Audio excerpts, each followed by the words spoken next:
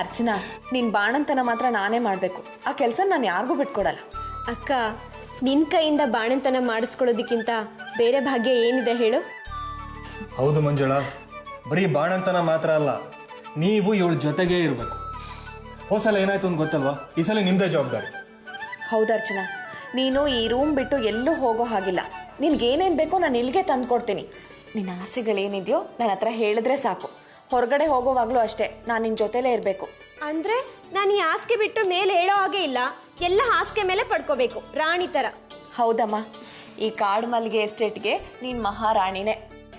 ಆದರೂ ನೀನು ನನ್ನ ಮಾತು ಕೇಳಲೇಬೇಕು. ಹೌದು ಅರ್ಚನಾ, ನೀನು ಮಂಜುಳಾ ಮಾತನ್ನ ಕಡೆಗಾಣಿಸಬಾರ್ದು. ಈ ರೂಮ್ ಬಿಟ್ಟು ನೀನು ಆಚೆಗೆ ಹೋಗ್ಬಾರ್ದು ಅಷ್ಟೇ. ಇಬ್ರು ಸೇರ್ಕೊಂಡು ನನ್ನನ್ನು ರೋಗಿ ಮಾಡ್ತಿದ್ದೀರಿ. ಚೇಚೆ, ಹಾಗೆಲ್ಲ ಅನ್ಬೇಡ್ವೆ. ಮುದ್ದಾದ ಮಗುನ ಹೆರೋ ಆರೋಗ್ಯವಂತ ತಾಯಿ ಅಂತ ಹೇಳು. ಸರಿ, ನಾನು ದೇವಸ್ಥಾನಕ್ಕೆ ಹೋಗಿ ಬರ್ತೀನಿ. ಮುಂದೆ ಬರೋ ನಿನ್ನ ಮಗುಗೆ ಒಳ್ಳೇದಾಗ್ಲಿ ಅಂತ ಕೇಳ್ಕೊಂಡು ಬರ್ತೀನಿ. ಸರಿ ಅಕ್ಕ.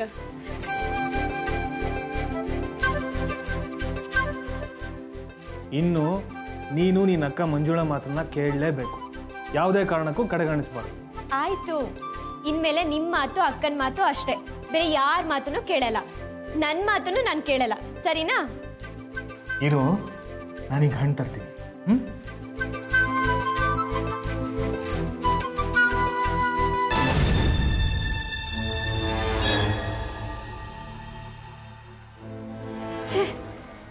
ನಾನು ಗರ್ಭಿಣಿ ಅನ್ನೋ ಒಂದೇ ಸುಳ್ಳಿನಿಂದ ಇವರೆಲ್ಲ ಎಷ್ಟು ಸಂತೋಷ ಪಡ್ತಿದ್ದಾರೆ. ಅಕಸ್ಮಾತ್ ನನ್ನ ಗುಟ್ಟು ಬಯಲಾದ್ರೆ? ಅಮ್ಮಾಜಿ, ನೀವೇ ನನ್ನನ್ನು ಕಾಪಾಡಬೇಕು.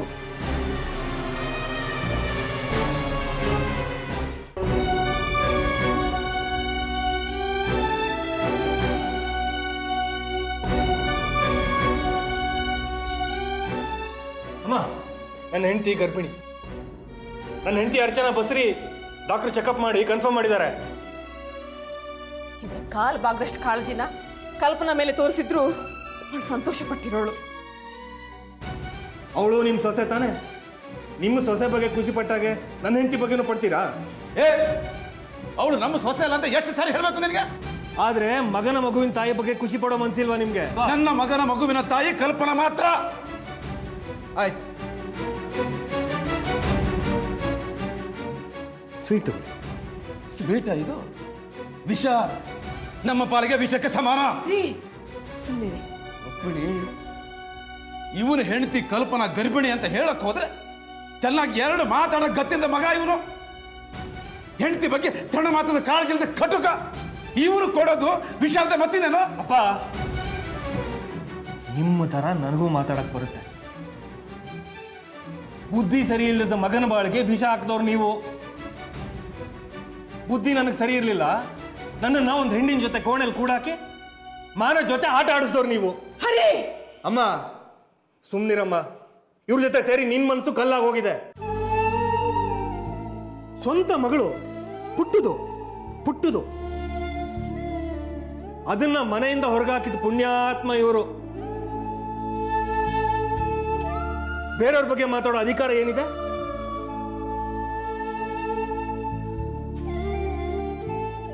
ನೀನ್ ಒಬ್ಳೆ ಇದ್ದ ಕೇಳಮ್ಮ, ಉತ್ತರ ಸಿಗುತ್ತಾ ನೋಡು.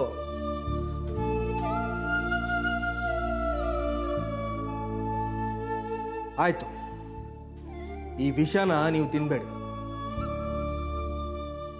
ನಿಮ್ಮ ಸೊಸೆ ನಿಮ್ಗೆ ಇರಲಿ, ನನ್ನ ಹೆಂಡತಿ ಮಗುನ ನಾನೇ ನೋಡ್ಕೊತೀನಿ. ಆಯ್ತಾ? ಆಯ್ತಾ?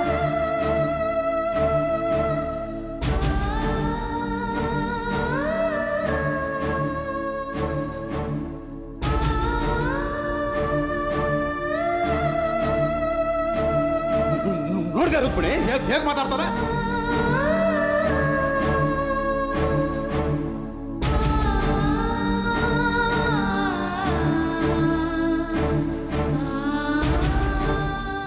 ನೋಡಿದ್ಯಾ?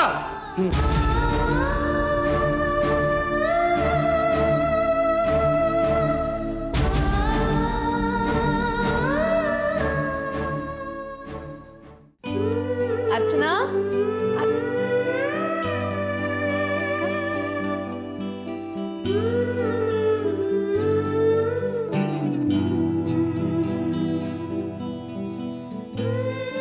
ದೇವ್ರ ದಯೆಯಿಂದ ನಿನಗೂ ನಿನ್ನ ಮಗುಗೂ ಈ ಸಲ ಏನೂ ಆಗಲ್ಲ, ಎಲ್ಲ ಸಲೀಸಾಗತ್ತೆ. ನಿನ್ನ ಹರಕೆ ದೇವ್ರ ದಯೆ ಇದ್ರೆ ಎಲ್ಲ ಸಲೀಸಾಗೆ ಆಗುತ್ತೆ. ನಿನ್ನ ಮನಸ್ಸು ತುಂಬ ದೊಡ್ಡದು ಅಕ್ಕ. ನನಗಿಂತ ನಿನ್ನ ಮನ್ಸು ದೊಡ್ಡದು. ಇಲ್ಲದೆ ಇದ್ರೆ ಈ ಮಂಜುಳನ ಅಕ್ಕ ಅಂತ ಇಷ್ಟೊಂದು ಪ್ರೀತಿ ಮಾಡ್ತಿದ್ಯಾ? ಕಂಗ್ರ್ಯಾಚುಲೇಷನ್ಸ್ ಮಗಳೇ. ಅಮ್ಮ, ಅಕ್ಕನ ಮೊದಲು ಸ್ವೀಟ್ಸ್ ಕೊಡು. ದೇವಸ್ಥಾನಕ್ಕೆ ಹೋಗಿ ಪೂಜೆ ಮಾಡಿಸ್ಕೊಂಡು ಬಂದಿದ್ದಾರೆ. ನನ್ನ ಬಾಣಂತನನ ಅಕ್ಕನೇ ಮಾಡ್ತಾರಂತೆ. ಮಾಡ್ಲಿ ಬಿಡು, ಎಷ್ಟೇ ಆಗ್ಲಿ ಅವಳೇ ಅಲ್ವಾ ನನ್ನ ದೊಡ್ಡ ಮಗಳು. ಪ್ರಸಾದ ತಗೊಳ್ಳಿ. ಅರ್ಚನಾ, ಹರಿ ಬಂದು ನೀನ್ ಗರ್ಭಿಣಿ ಅಂತ ಹೇಳ್ದಾಗ ನನಗೆ 1 ನಿಮಿಷ ಕೂಡ ಅಲ್ಲಿ ಇರಕ್ಕಾಗ್ಲಿಲ್ಲ ಗೊತ್ತಾ. ಯಾವಾಗ ನಿನ್ನ ನೋಡ್ತೀನೋ ಅನ್ಸ್ಬಿಟ್ಟಿತ್ತು. ಆದರೆ ಹೋದ್ಸಲದ ಘಟನೆ ನೆನೆಸ್ಕೊಂಡು ತುಂಬಾ ಆತಂಕ ಆಯ್ತು. ಎಷ್ಟೇ ಎಚ್ಚರಿಕೆಯಿಂದಿದ್ರೂ ಕಡಿಮೆನೆ. ಯಾವ ಕೆಲಸನೂ ಮಾಡೋಂಗಿಲ್ಲ ನೀನು. ಬೇಕಾದ್ರೆ ಅಡುಗೆಗೆ ಮನೆ ಕೆಲಸಕ್ಕೆ ಯಾರನ್ನ ಇಟ್ಕೊಂಡ್ರಾಯ್ತು. ಯಾಕಮ್ಮ, ನಾನಿಲ್ವಾ? ಅಮ್ಮ, ಅಕ್ಕ ಈಗಾಗಲೇ ನಾನು ಏನೇನು ಮಾಡಬಾರ್ದು ಅಂತ ದೊಡ್ಡ ಪಟ್ಟಿನೇ ಹಾಕಿದ್ದಾಳೆ. ಅವಳು ಹೇಳ್ದಾಗೆ ಕೇಳಬೇಕಂತೆ. ಅಡುಗೆ ಮನೆ ಕಡೆ ತಲೆನೂ ಹಾಕಬಾರ್ದಂತೆ. ಹೌದಲ್ವಾ ಅಮ್ಮ, ನೀವೇ ಹೇಳಿ. ನನಗೂ ಇವಳ್ದು ಅದೇ ಭಯ. ನೀವೇನು ಯೋಚನೆ ಮಾಡಬೇಡಿ, ನಾನಿದ್ದೀನಲ್ವಾ, ನನ್ನ ಮಗಳನ್ನ ನೋಡ್ಕೊಂಡು ಹಾಗೆ ನೋಡ್ಕೋತೀನಿ. ನಿಮ್ಗೆ ಅವಳ ಬಗ್ಗೆ ಚಿಂತೆನೇ ಬೇಡ. ನೀವಿಬ್ರು ಕೂತ್ಕೊಂಡು ಮಾತಾಡ್ತಾ ಇರಿ, ಕಾಫಿ ತಂದ್ಬಿಡ್ತೀನಿ. ಏನೇ ಇದು ಹೊಸ ನಾಟಕ? ನನಗೆ ಗೊತ್ತಿಲ್ಲ ಹಾಗೆ ಮಾಡಿದ್ಯಾ? ಸೀಕ್ರೆಟ್. ಏನಿದು? ನೀನ್ ಗರ್ಭಿಣಿ ಆಗಕ್ಕೆ ಸಾಧ್ಯನೇ ಇಲ್ಲ ಅಂತ ಡಾಕ್ಟರ್ ದೀಪಾ ಹೇಳಿದಾಳೆ. ಹರಿ ಬಂದು ಪಾಸಿಟಿವ್ ರಿಪೋರ್ಟ್ ಬಂದಿದೆ ಅಂದಾಗ ನಂಗೆ ನಂಬೋಕೆ ಆಗ್ಲಿಲ್ಲ ಗೊತ್ತಾ. ನೀನ್ ಡಾಕ್ಟರ್ ದೀಪಾ ಹತ್ರನೂ ಹೋಗ್ಲಿಲ್ವಂತೆ? ದೀಪಾ ಆಂಟಿ ಹೇಳಿದ್ದು ನಿಜ, ಪಾಸಿಟಿವ್ ರಿಪೋರ್ಟ್ ಬಂದಿದ್ದು ನಿಜ. ಅದೇನು ಅಂತ ಹೇಳೆ. ಎಲ್ಲ ಅಮ್ಮಾಜಿ ಕೃಪೆ. ಅಮ್ಮಾಜಿ ಯಾರೇ ಇದು? ಚಂಪಕ ಮಾತಾ. ಚಂಪಕ ಮಾತಾನ? ಆ ಮಾಟುಗಾತಿನ? ಅವಳ ಹತ್ರ ಹೋಗ್ಬಾರ್ದು ಅಂತ ನಿಲ್ಸಿದ್ವಿ ಅಲ್ವಾ? ಮತ್ತೆ ಯಾವಾಗಿಂದ ಹೋಗಕ್ಕೆ ಶುರು ಮಾಡಿದ್ಯಾ? ಹೌದಮ್ಮ, ಲೋಕದ ಕಣ್ಣಿಗಾದ್ರೂ ನಾನು ಗರ್ಭಿಣಿಯಾಗಿ ಕಾಣಬೇಕು ಅಂತ ಅಮ್ಮಾಜಿನ ಕೇಳ್ಕೊಂಡೆ. ಅವ್ರ ಕರುಣೆಯಿಂದನೇ ನಾನು ಹೀಗಾಗಿರೋದು, ಬೇರೆ ದಾರಿನೇ ಇರಲಿಲ್ಲ. ನಿನಗೆ ಸಹಾಯ ರೂಪದಲ್ಲಿ ಅವಳ ಕಾರ್ಯ ಸಾಧನೆಗೆ ನೀನು ವಸ್ತು ಆಗಬಾರ್ದು. ತುಂಬ ಅಪಾಯ ದಾರಿ ಹಿಡಿದಿದ್ಯಾ ಮಗಳೇ.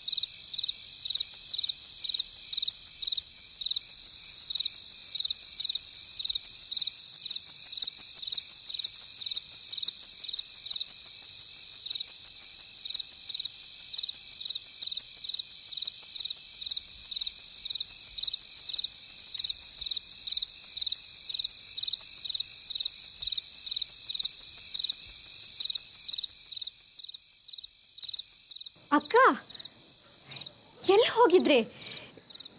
ಏನಿದು ಇಷ್ಟೊತ್ತಲ್ಲಿ ತೋಟದ ಕಡೆಯಿಂದ ಬರ್ತಿದ್ದೀರಾ? ಏನಿಲ್ಲ ಅರ್ಚನಾ, ನಿದ್ದೆ ಬರಲಿಲ್ಲ, ಅದಕ್ಕೆ ಹೀಗೆ ಅಡ್ಡಾಡ್ಕೊಂಡು ಗೇಟ್ವರೆಗೂ ಹೋಗಿದ್ದೆ. ಹೇಳ್ಬಿಟ್ಟು ಹೋಗೋದಲ್ವಾ ಅಕ್ಕ? ಒಂದು ಕ್ಷಣ ನೀವು ನನ್ನ ಕಣ್ಣಿಗೆ ಕಾಣದೇ ಇದ್ರೆ ಭಯ ಶುರುವಾಗುತ್ತೆ ಗೊತ್ತಾ?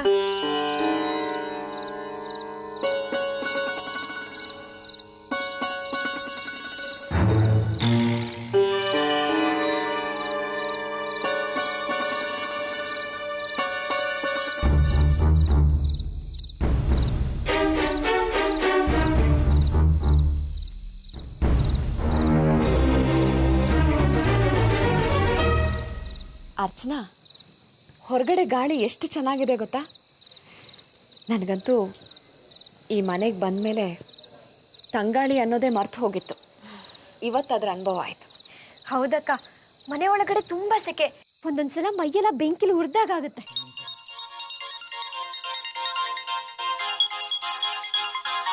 ಯಾರ್ದಿದು? ಯಾರ್ದೋ.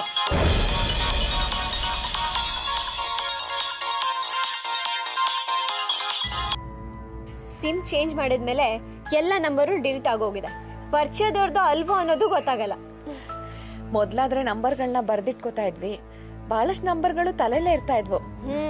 ಮೊಬೈಲ್ ಬಂದ್ಮೇಲೆ ತುಂಬಾ ಬೇಕಾದವ್ರ ನಂಬರು ನೆನಪಲ್ಲಿರಲ್ಲ. ಮತ್ತದೇ ನಂಬರು ಯಾರಿದು? ತಗೊಂಡ್ರೆ ತಾನೇ ಗೊತ್ತಾಗೋದು.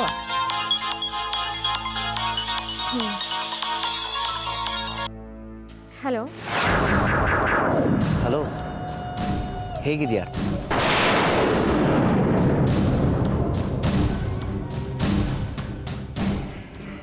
ಯಾರು? ಅದೇ ನಾನು. ಗೊತ್ತಾಗ್ಲಿಲ್ವಾ?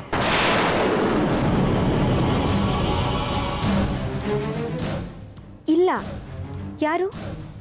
ನಾನು ಪ್ರಣವ್.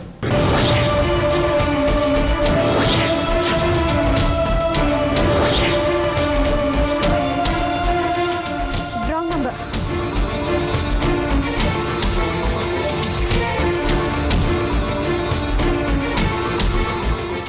ಯಾರೋ ರಾಂಗ್ ನಂಬರ್. ಬಾಕ ಒಳಗೋಗೋಣ.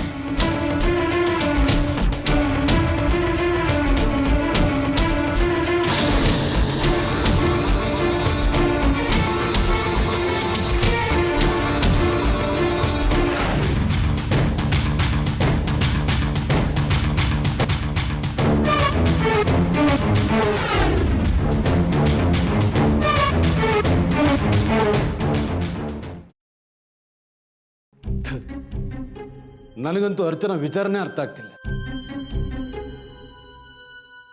ಅವಳು ಗರ್ಭಿಣಿ ಅಂದ್ರೆ ಏನಾದ್ರೂ ನಾಟಕ ಮಾಡ್ತಿದ್ದಾಳ?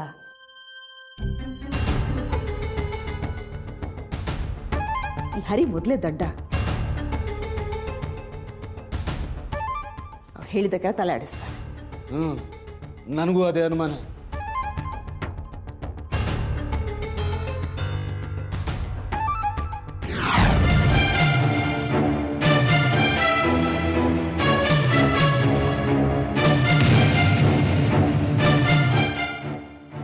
ಮಿಸ್ಟರ್ ಧರ್ಮಯ್ಯ?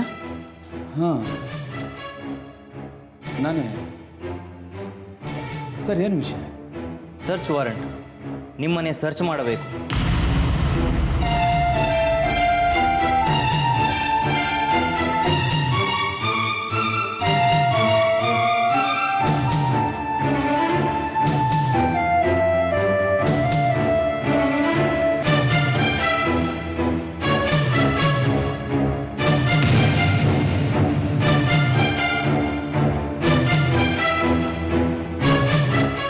ಏನು ಸರ್ ಇದು? ಸರ್ಚ್ ಮುಗೀಲಿ, ಗೊತ್ತಾಗುತ್ತೆ.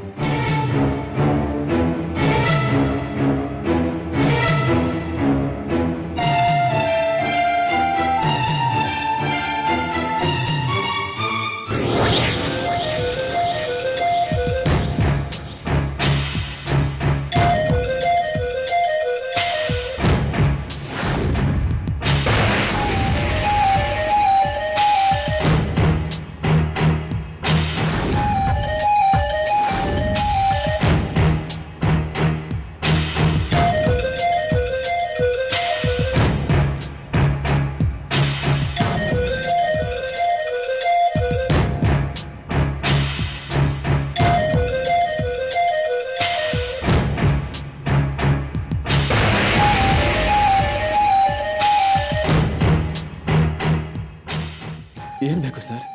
ಗುರು ಎಲ್ಲಿ? ಅವನು ಬೆಂಗಳೂರಲ್ಲಿದ್ದಾನೆ. ಏನು ಕೆಲಸ ಮಾಡ್ತಿದ್ದಾನೆ? ರಿಯಲ್ ಎಸ್ಟೇಟ್ ಮಾಡ್ತಿದ್ದಾನೆ. ಅದೇ ಮಾಡ್ತಿದ್ದಾನೆ ಅಂತ ನಿಮ್ಗೆ ಗೊತ್ತಾ?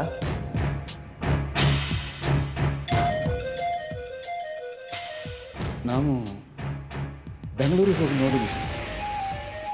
ಅವನು ಹೇಳಿದ್ದೆ ಹಾಗೆ. ಅವನಿಗೆ ಯಾರ್ಯಾರ ಜೊತೆ ಸಂಪರ್ಕ ಇತ್ತು?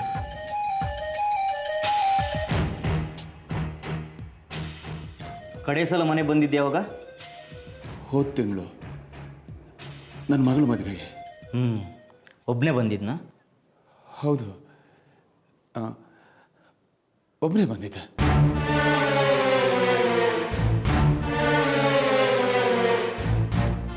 ಎಷ್ಟು ದಿನ ಇದ್ದ? 2 ದಿನ. ತುಂಬ ಕೆಲಸ ಇದೆ ಅಂತ ಹೊಟ್ಟದ.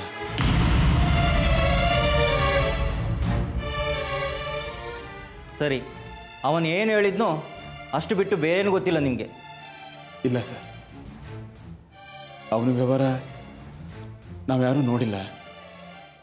ಅವನ ಜೊತೆ ಯಾರ್ಯಾರು ಇರ್ತಾರೆ ಅಂತಲೂ ನಮ್ಗೆ ಗೊತ್ತಿಲ್ಲ. ಅವನಿಗೆ ಟೆರರಿಸ್ಟ್ ಜೊತೆ ಸಂಪರ್ಕ ಇದೆ.